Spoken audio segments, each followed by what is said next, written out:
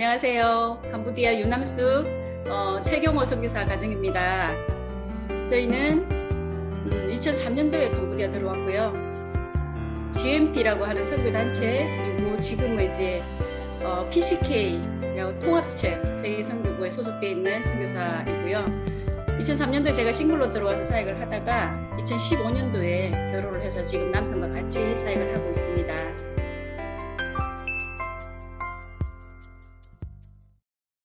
제가 1997년도, 8년도쯤에 선교 훈련을 받고 이제 선교 훈련을 받는 그 기간에 또 마침 캄보디아 계신 선교, 지금도 사역하고 계시는 선교사님이신데 그 선교사님을 알게 됐고 그분을 통해서 이제 99년도 1월 달에 1월 3일인가 도착을 해가지고 한 달간 정탐을 했어요.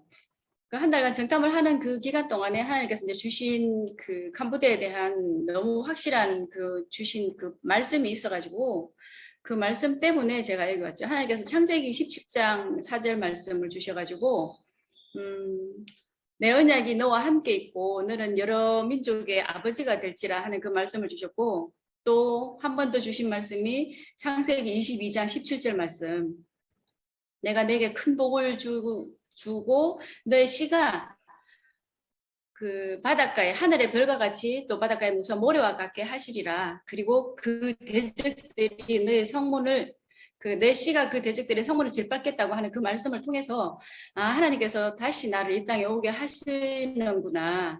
그리고 하나님의 백성들이 정말 이 땅을 일으킬 수 있도록 하는 일에 나를 사용하겠구나. 그 확신을 가지고 준비를 해서 2003년도에 들어오게 됐죠.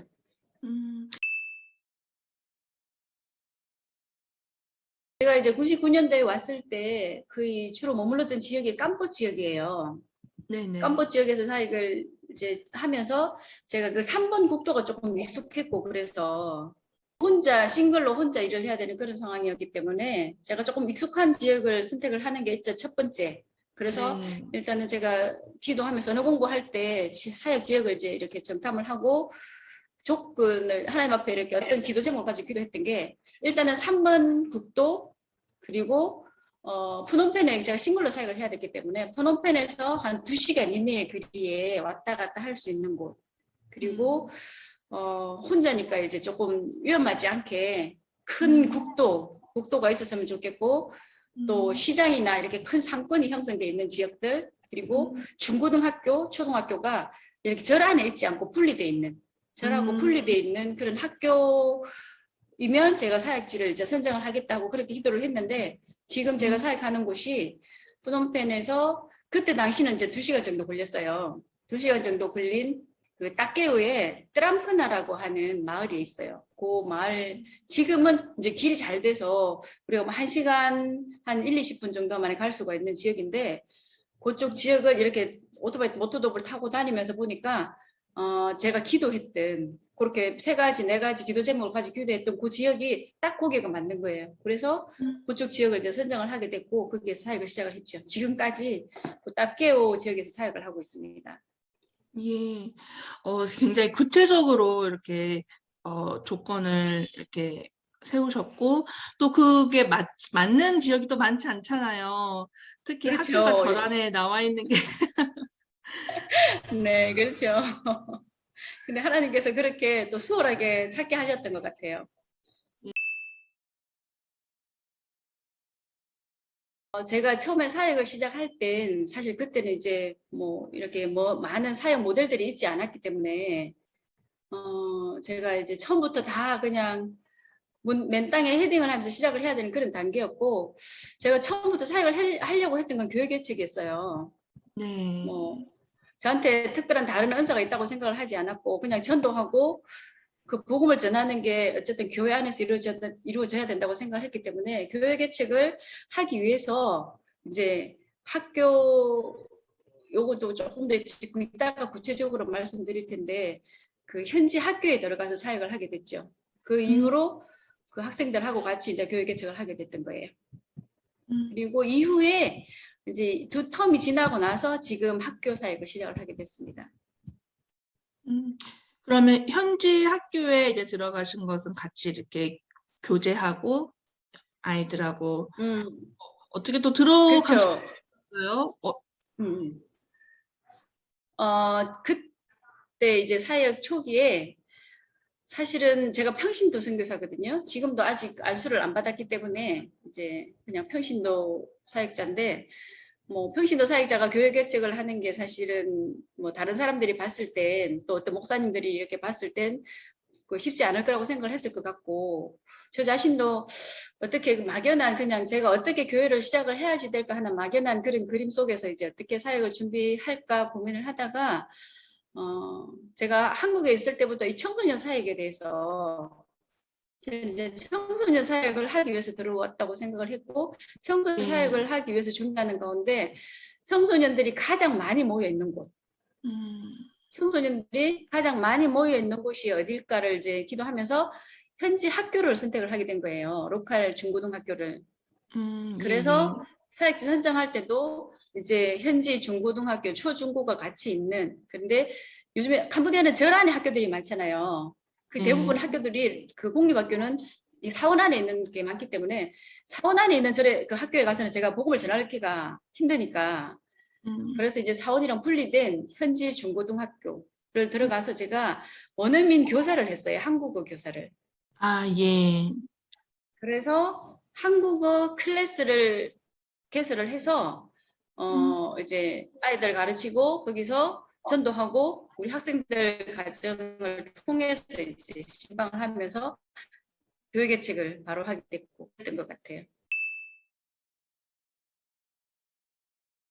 사역 초기에 그 교육 개책을 했을 때에 굉장히 처음에는 굉장히 부흥을 했던 것 같아요. 처음에는 아이들도 학생들도 많았고 뭐 그때 당시는 이제 어린이들도 굉장히 많았고 뭐 한 번 주일 예배 드릴 때 200명, 300명이 막 그냥 전도하러 다니지 않아도 200명, 300명이 와서 우리 그 좁은 마당에서 이렇게 예배를 드리고 이렇게 했거든요. 그리고 제가 한국어 클래스를 이제 그 하면서 전도했던 아이들이 거의 뭐 한 90% 이상은 교회 출석을 했고, 그리고 그 가족들까지 하면 뭐 많았어요. 그래서 처음에 교회 개척을 하고 1년 지난 다음에 세례를 할 때에 첫 세례식에 35명을 세례를 베풀었던 것 같아요. 굉장히 그 이렇게 눈으로 보기에 크게 드러나는 열매가 있었죠. 1년 만에 35명이 이제 세례를 받는 게. 그리고 이렇게 시간이 점점 지나면서 그 아이들이 중학교를 졸업하고 고등학교를 졸업하고 그러면서 정착하기 쉽지가 않은 걸 이제 알게 됐어요. 특별히 청소년 아이들은 한국도 마찬가지지만 이게 굉장히 이게 유동이 심하고 아이들의 이게 또 업앤다운도 심한 데다가 그 하나님 앞에 전적으로 회심을 하고 성도가 되기에는 더 많은 시간이 필요했던 거예요. 그래서 저는 청소년이면 된다고 생각을 10대 때 전도를 해서 이 아이들이 복음으로 변화가 되면 되지 않을까 그렇게 생각을 하고 이제 청소년 사역에 떠들었었는데 한 텀 지나고 두 텀 이렇게 중반쯤 이렇게 가면서 이제 그렇지 않다는 걸 알게 됐어요. 왜냐하면 그 많았던 교회가 정말 청소년 아이들로 가득 찼던 그 교회들이 시간이 지날수록 그 아이들이 이제 학교를 졸업하고 진학을 위해서 푸놈펜으로 다 떠나면서 이렇게 정착되지 못하는 그런 가운데 있었고, 그러면 어떻게 해야지 될까 기도하는 가운데 이제 조금 더 일찍 정말 엄마 뱃속에 있을 때부터 이 아이들에게 복음이 들어가는 게 가장 좋은 방법이고, 그렇지 못하다면 최대한 어린 나이에 우리가 예수님을 접하게 하고 예수님을 알게 하는 게 최대 방법이라고 생각을 했어요. 그래서 이제 유아원을 시작을 하게 되었고, 그 유치원 아이들이 자라서 지금 초등학교, 중학교 과정까지 이렇게 하게 되는 학교 사역의 계기가 되었던 것 같아요.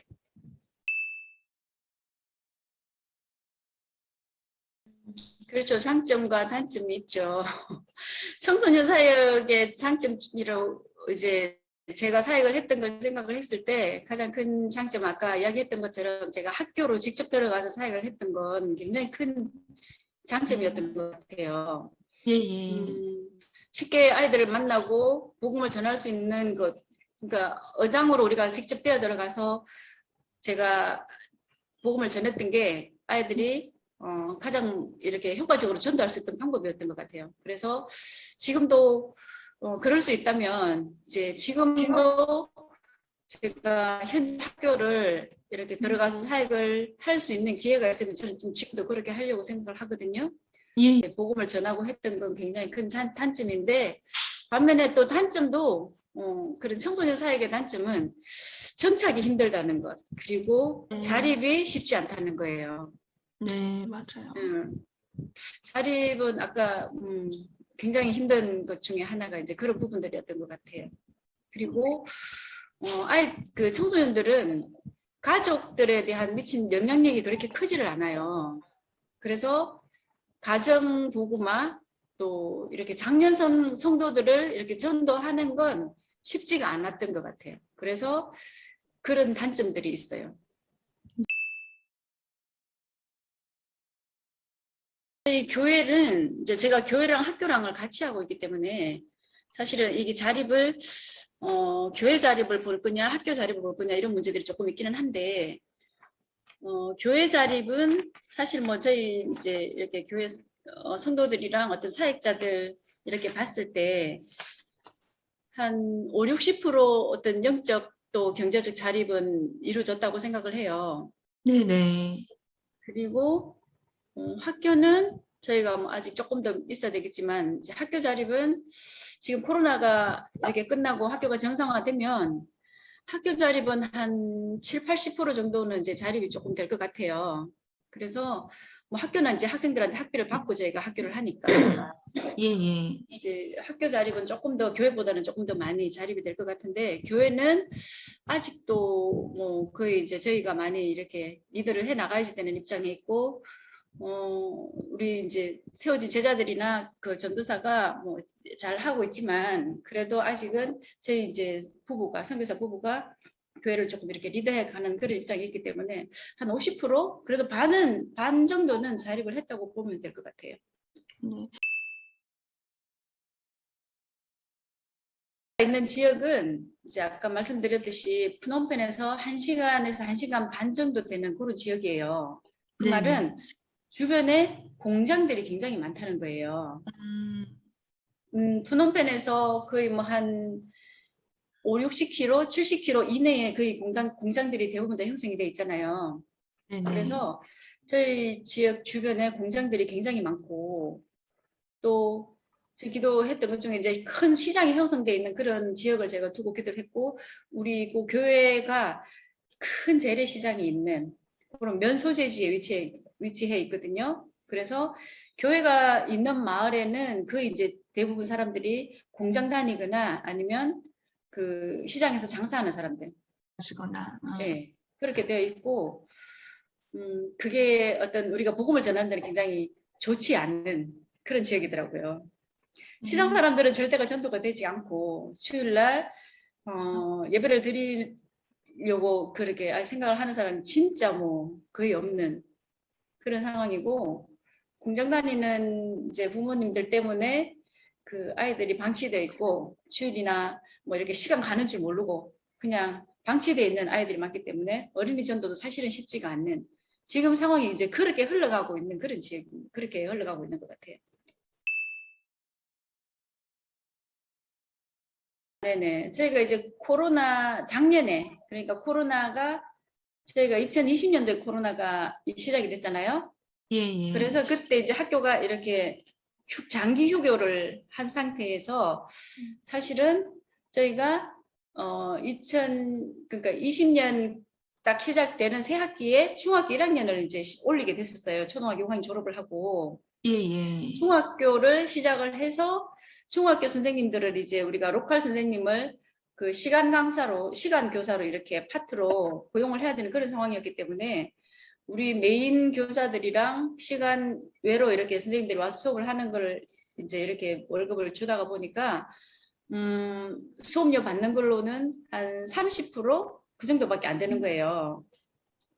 그래서 저희가 학교를 위해서 특별히 어떤 후원을 받거나 이러지를 않았거든요. 지금도 그렇지만 그냥 우리가 월 받는 사역비 이제 교회랑 우리 생활비랑 뭐 모든 사역비를 다 총괄해서 그 학교를 이렇게 운영을 해 나가야지 되는 상황이었기 때문에 굉장히 힘들었어요.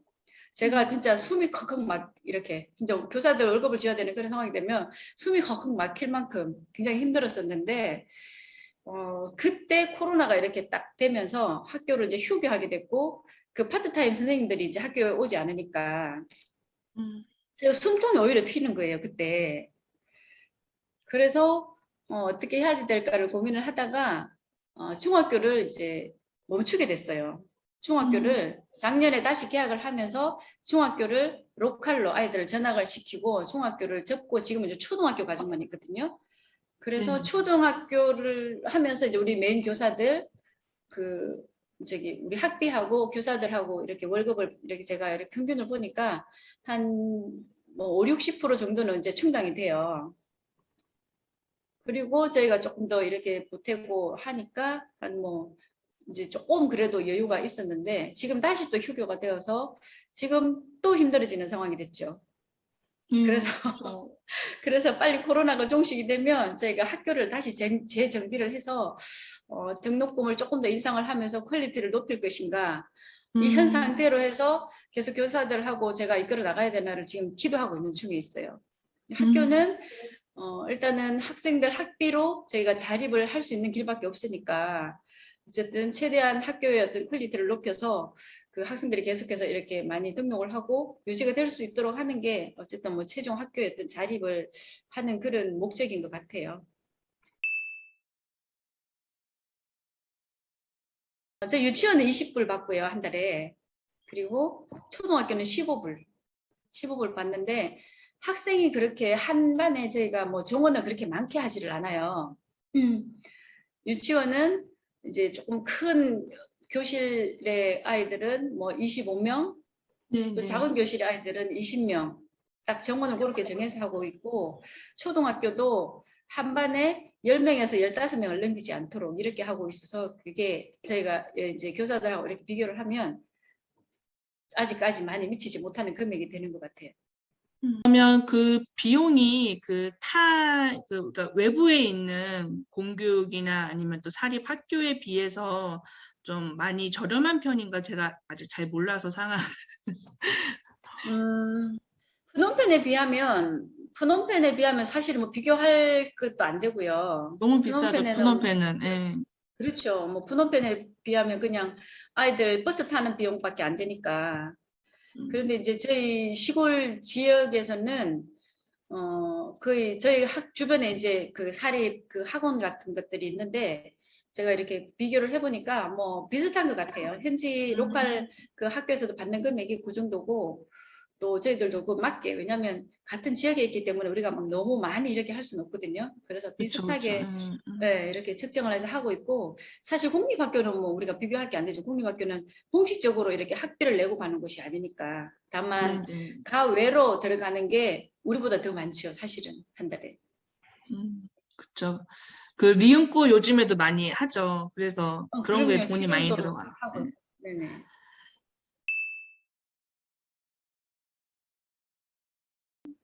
지금 이제 거의 메인 교사들은 거의 대부분 제가 전도해서 신앙을 갖게 했고 지금까지 이렇게 데리고 있는 친구들이 많아요. 거의 뭐 90%가 그런 친구들이고 그래서 그냥 어릴 때부터 중학교, 고등학교 다닐 때부터 제가 데리고 키워서 전도하고 제자화를 해서 이렇게 대학을 졸업하고 또 교사가 된 이런 친구들이기 때문에 특별히 뭐 교사를 하기 위해서 뭐 합숙훈련 이러지는 않았고요. 다만 이제 유치원을 시작할 때 제가 유치원 지금도 어린이 사에게는 그렇게 크게 달란트가 없는데 유치원을 제가 해본 적도 없고 유치원 교사들을 어떻게 가르치는지도 모르고 해서 제가 유치원은 위탁 교육을 보냈었어요. 선생님들을. 다른 유치원 하는 이제 선교사님들한테 뭐 3개월 또 한 달 이런 식으로 이렇게 로테이션 하면서 위탁 교육을 보내서 유치원 교사 양성을 했고 그 이후로 초등학교 교사들은 이제 뭐 제자들이 계속해서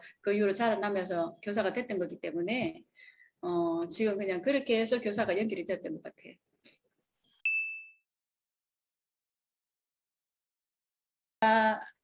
2004년, 2006년도에 이제 교육개책이 시작이 되었고 2006년도부터 시작을 했으니까 그때 지금 우리 이제 선생님들 중에 제 학교 그러니까 아까 한국어를 제가 했다고 했잖아요. 한국어로 전도되어서 이제 제가 교회 개척을 했던 마을 그 마을 개척을 할 때도 제가 이제 우리 한국 클래스 아이들 100% 가정 방문 다 하고 동네 정탐 다 하고 난 다음에 결정한 지역이 지금 이제 첫 교회가 만들어진 곳이거든요. 예. 그 곳에서 자라고 있는 친구들 그리고 또 우리 제가 한국어를 통해서 이제 직접 가르치고 했던 그런 친구들이 지금 우리 교사들인데 뭐 워낙 어릴 때 초등학교 그러니까 주일학교 시작되면서부터 와서 예배를 드렸던 친구가 지금 우리 뭐 반주자고 또 우리 교사고 막 이러니까 제가 사회 초기에는 이제 그 마을에 많이 생활을 했다고 이렇게 보면 되고요. 지금 이제 그렇지는 않아요. 다들 가정을 이루었고 또 이렇기 때문에 그렇지 못한데 제가 커뮤니티 안에서 이렇게 직접 살면서 그러진 않아. 제가 가르치거나 양육하지는 않았는데 거의 뭐 교회에서 제가 세미나 형식 아니면 프로그램을 많이 했어요. 굉장히 많이. 수련회 또 세미나 성경 공부 뭐 성경학교 이런 프로그램들 굉장히 많이 해서 복음 전하고 푸놈펜으로 아이들을 다 데리고 와서 여기에서 집중적으로 이렇게 이제 2박 3일 뭐 이런 식으로 하면서 우리 아이들 가르치기도 하고 그렇게 해서 직접 다 뭐 제가 직접 다 했던 것 같아요. 아시다시피 방학이 굉장히 길잖아요. 그리고 공휴일이 굉장히 많잖아요. 많고, 예. 예, 굉장히 큰 장점이죠. 우리가 사역하기에는. 아, 그때 이렇게 하셨군요. 아, 네. 저희가 빨간 날은 절대로 쉬는 날이 없었어요. 1년 내내. 그래서 빨간 날은 늘 교회 모이는 날, 늘 우리가 뭐 하는 날 이렇게 해서 저희가 버스하고 봉고차를 대절해서 끝공까지 그때 이제 끝공에 우리 아까 김영진 선교사님 교회 개척 처음에 시작하실 때 제가 우리 교인들을 다 데리고 가서 와, 예. 거기 이제 처음에 시작을 하니까 여러 가지 준비돼야 되는 그런 것들이 많잖아요. 교인들. 그래서 같이 연합 수련회를 하면서도 그쪽 교회를 지원하고 같이 또 우리가 했던 그런 시간들도 있었고 굉장히 예전에는 재미있게 많은 훈련과 함께 성도들하고 같이 하는 시간들이 굉장히 많았죠.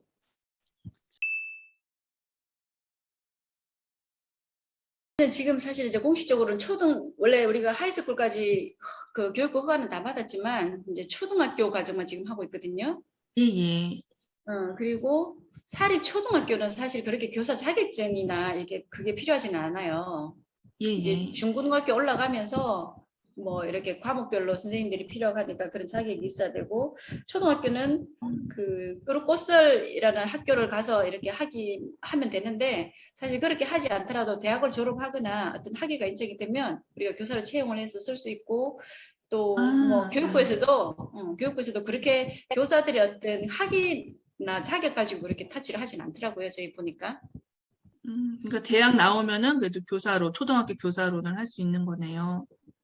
그렇죠. 그리고 뭐 예전에는 이제 로컬 초등학교는 고등학교, 중학교를 나와도 교사를 했기 때문에 그런 시스템들에 대해서는 조금 유동성이 있게 이렇게 나라에서도 봐주는 것 같더라고요. 또 어떤 선생님은 고졸인데 성적이 우수한 그런 선생님을 채용을 하고 이렇게 교육부에다가 했는데도 뭐 오케이 하는 그런 상황이었기 때문에 교사 자격에 대해서는 그렇게 심하게 이렇게 제재를 하지는 않더라고요.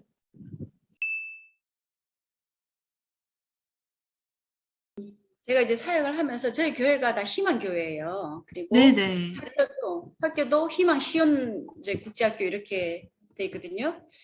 저는 캄보디아 희망이 청소년이라고 생각을 했고 처음에 그리고 캄보디아 희망이 지금도 어린아이들이라고 생각을 하고 있어요. 그래서 하나님께서 늘 그런 부분들을 기도를 하게 하시면서 주신 말씀이 이사야 60장 1절 말씀. 이사야 60장 1절 말씀인데 일어나 빛을 발하라. 이는 내 빛이 이르렀고 여호와의 영광이 내 위에 임하였음이니라 하는 그 말씀인데 하나님의 희망인 그 영혼들이 일어나서 빛을 발할 때에 그 영광이 그리스도의 영광이 여호와 영광이 너희 위에 임할 것이라는 그 말씀을 지금 붙잡고 기도를 하고 있어요. 그래서 우리 학교 아이들이 또 우리 교회 아이들이 아니면 캄보디아의 그 어린 영혼들이 여전히 하나님의 희망이고 그 영혼들이 일어나서 빛을 발해야 된다고 생각을 해요. 네. 코로나가 사실은 굉장히 힘들죠. 우리 성도들한테는 굉장히 힘든 시간이고 또 모든 사람들한테는 참 어렵고 힘든 시기인데 왜 하나님께서 이런 시간을 주셨을까? 하나님 입장에서 도대체 왜 이런 시간이 필요할까? 제가 생각해 보니까 하나님께서 알곡과 가라지를 고르는 시대가 아닌가 그런 생각이 들었어요. 뭐 이제 많이 지치고 힘든 가운데서도 하나님을 사모하는 사람들, 또 주의 전을 사모하는 사람들은 여전히 있고 그렇지 못한 사람들이 점점 이제 사라져가는 그런 시대가 지금이라고 생각을 해요. 그래서 어쩌면 지금 이 시기가 정말 아버지께서 원하시는 그 알곡과 가라지가 걸러지는 그런 시간들이 아닌가 개인적으로 그렇게 생각을 했습니다.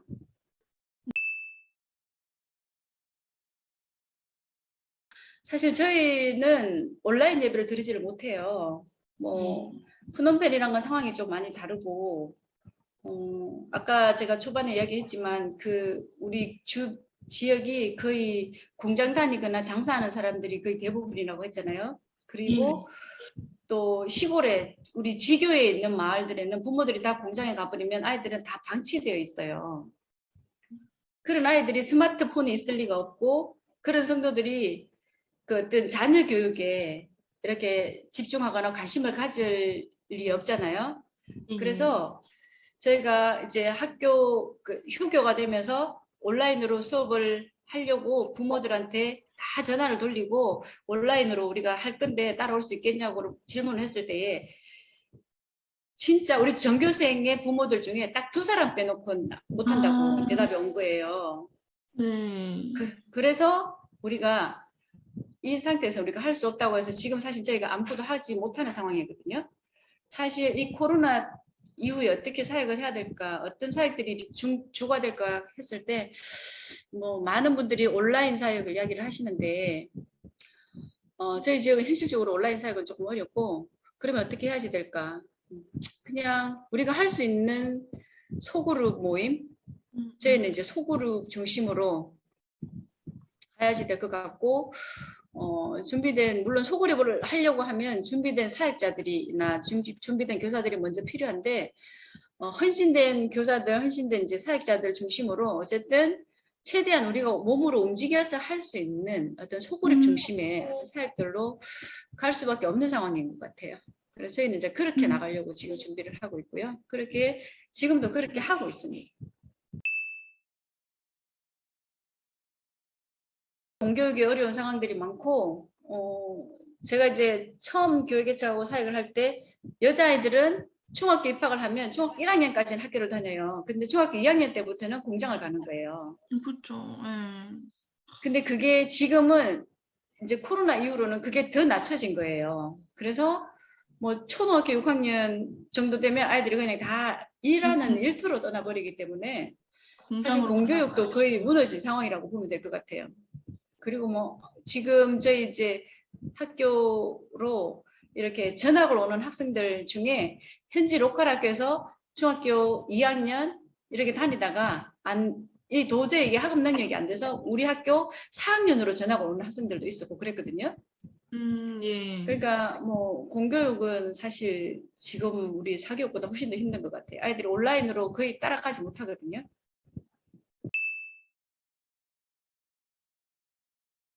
캄보디아가 도대체 저한테 캄보디아가 뭘까? 늘 이제 캄보디아는 그냥 뭐 내 집이다, 고향이다 이렇게 생각을 했어요. 근데 이번에 제가 이제 생각을 해봐서 캄보디아가 도대체 뭘까?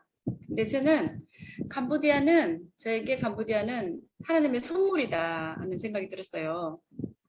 하나님 주신 선물이기 때문에 너무 귀해서 제가 마음대로 버릴 수도 없고 마음대로 떠날 수도 없고 제가 마음대로 포기할 수도 없는 그런 하나님의 선물이라는 생각이 들었거든요. 그래서 하나님의 선물이기 때문에 그 아버지의 마음이 그 심겨져서 그 자라나는 그 희망을 바라볼 수 있는 희망의 땅 그게 캄보디아라고 생각을 해요. 예. 저희 기도 편지에 항상 제가 기도 편지 제일 꼭대기 희망의 땅 캄보디아를 이렇게 썼는데 왜 그게 희망의 땅인가 다시 한번 이번에 보면서 그렇게 하나님의 선물이기 때문에 나에게 희망의 땅이구나 하는 생각을 했거든요.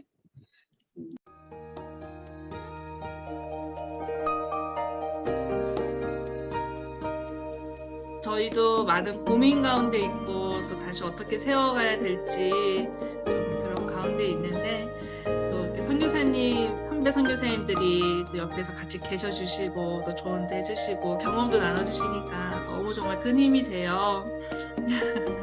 잘하고 있는 것 같아요. 제가 이제 페이스북이나 이렇게 주변에 들리는 소문들을 들으면 잘하고 있구나 하는 생각이 들고요. 그리고 워낙 또 제가 초창기에 인정선교사 처음에 기억을 할지 모르겠는데 딱교회에서 한대희 선교사님 그 교회 처음에 그 딱교회 개척했을 때 그때 제가 거기서 인정선교사 만난 거 기억이 나요? 네, 저 기억나요. 기억나죠? 그때 아니 싱글 자매가 와가지고 교회 개척을 했다고 그래가지고 막 그 선교사님 한대희 선교사님이랑 제 양 선교사님께서 얼마나 칭찬을 하겠어. 도대체 어떤 사람이 와서 하냐 싶어가지고 제가 또 거기서 만났던 기억이 나. 그런 패기가 있고 그런 패기가 있고 그런 용기가 있으면 또 그런 열정이 있으면 얼마든지 할 수 있을 것 같아요. 감사합니다. 네. 이렇게 인터뷰 해주셔서 정말 감사드리고요. 제가 정말 좀 상황이 조금 나아지면 꼭 한번 찾아뵙고 꼭 식사 대접 한번 하겠습니다, 선교사님. 아이고 예 감사합니다. 제가 맛있는 거 사드릴게요. 감사합니다. 행복하게 잘 사시고요. 네, 감사합니다, 선교사님. 그러면 다음에 또 기회 될 때 한번 뵙겠습니다. 네네 고맙습니다. 수고하세요. 들어가세요.